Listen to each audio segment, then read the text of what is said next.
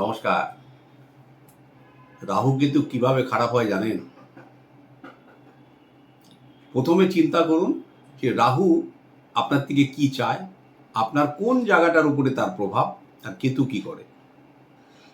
রাহু হচ্ছে একটা মাথা, যেটা শাস্ত্রের বর্ণনা, আসলে এটা একটা নোটস।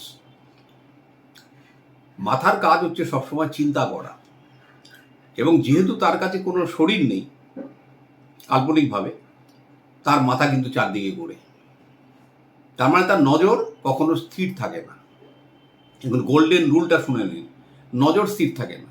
সে তো মাথা, চারদিকে মাথা ঘুরছে। এবার আপনার যদি রাহুর এনার্জিটাকে সঠিক জীবনে রাখতে হয়, আপনাকে কি করতে হবে? প্রথমে লক্ষ্যটাকে স্থির করতে হবে, যেটা বারে বারে বারে বারে বলেছি, যে যেদিন আপনি ফোকাসটাকে ঠিক রাখতে পারবেন, যে কোনো একটা জিনিসের ওপর ফোকাস, যাতে নাকি আপনার চতুর্দিকে দেখতে না হয়। কোনো জিনিসে ফোকাস করলেন, সেটা তো অবশ্যই একটা জিনিস, কিছু একটা আইডিয়া করে একটা জিনিসের উপর ফোকাস করেছেন, এবং সেটাকে এক্সিকিউট করতে হবে। এক্সিকিউটটা কে করে? কেতু। মনে করুন আপনি একটা চিন্তা করলেন, যে আপনি মনে করুন শেয়ার ট্রেডিংয়ের কথাই ভাবলেন, যদিও শেয়ার ট্রেডিংটা আমাদের লিস্ট অপশন। যে আপনি ভাবলেন যে আমি শেয়ার ট্রেডিং করব, আপনার কিছু এক্সপার্টাইজ আছে, আপনি সারা দিন শুধু ওই একটা জিনিসের উপরে মনটাকে কেন্দ্রিক রাখুন, এবং কিছু কিছু কিছু কিছু করে অল্প অল্প করে ইনভেস্ট করুন। যখনই ইনভেস্ট থেকে কিছু আউটপুট আসবে, তখনই সেখানে কিন্তু ফিক্সড করে দেবেন কোনো একটা জায়গায়, কারণ ফ্লোটিং ক্যাশ কিন্তু রাখবেন না। কারণ আপনার বাসস্থানে রাহু কেতুর এনার্জি কি আছে আপনি জানেন না, কারণ আপনি কোনোদিন বাস্তুবিদের দ্বারস্থ হননি। তো যখনই কোনো টাকা পয়সা পাবেন, যেদিন টাকা পয়সা পাবেন সেদিনকে ওই টাকা পয়সাটা খরচা করবেন না, একটা দিন রেখে সেটাকে ফিক্সড করে দিন। এমন একটা জায়গায় ইনভেস্ট করুন যেটা আপনি খরচা করতে না পারেন। এবারে আপনি কি হলো, কোনো একটা জিনিসকে ভাবলেন, ভেবে সেই কাজটাকে রিভিউ করলেন, রিভিউ করে এক্সিকিউট করলেন।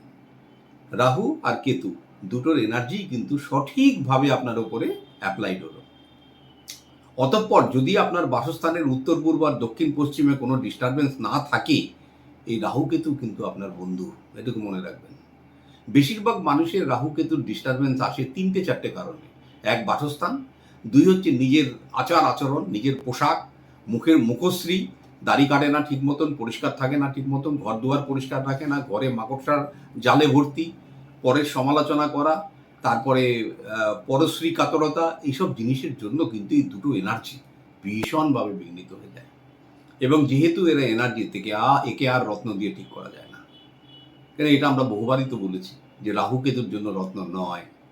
এবং রাহু কেতুকে ঠিক করতে গেলে রুদ্রাক্ষ দিয়ে কিছুটা তাদের এনার্জিটাকে, শুভত্বটাকে প্রদান করা যায়, এটা কিন্তু আমরা দেখেছি। কারণ আজকের দিনে দাঁড়িয়ে আমরা কিন্তু ভালোভাবে বুঝে গেছি যে শুধু রত্ন দিয়ে কিন্তু কিছু হবে না। আপনার আচার আচরণ, পোশাক, কথাবার্তা, অ্যাপিয়ারেন্স, ঘরের এনার্জি, নিজের শরীরের এনার্জি, নিজের আধ্যাত্মিক মনোভাব, সব কিছুকে যদি প্যারালালি আপনি শেপ আপ না করতে পারেন, লাইফে এস্টাবলিশ হওয়া মুশকিল। তো রাহু কেতু আপনার উপরই নির্ভরশীল। আপনি যেভাবে আপনার জীবনশৈলীকে চালনা করেন, রাহুর এনার্জি, কেতুর এনার্জি ঠিক সেইভাবে আপনার উপরে অ্যাপ্লাইড হয়।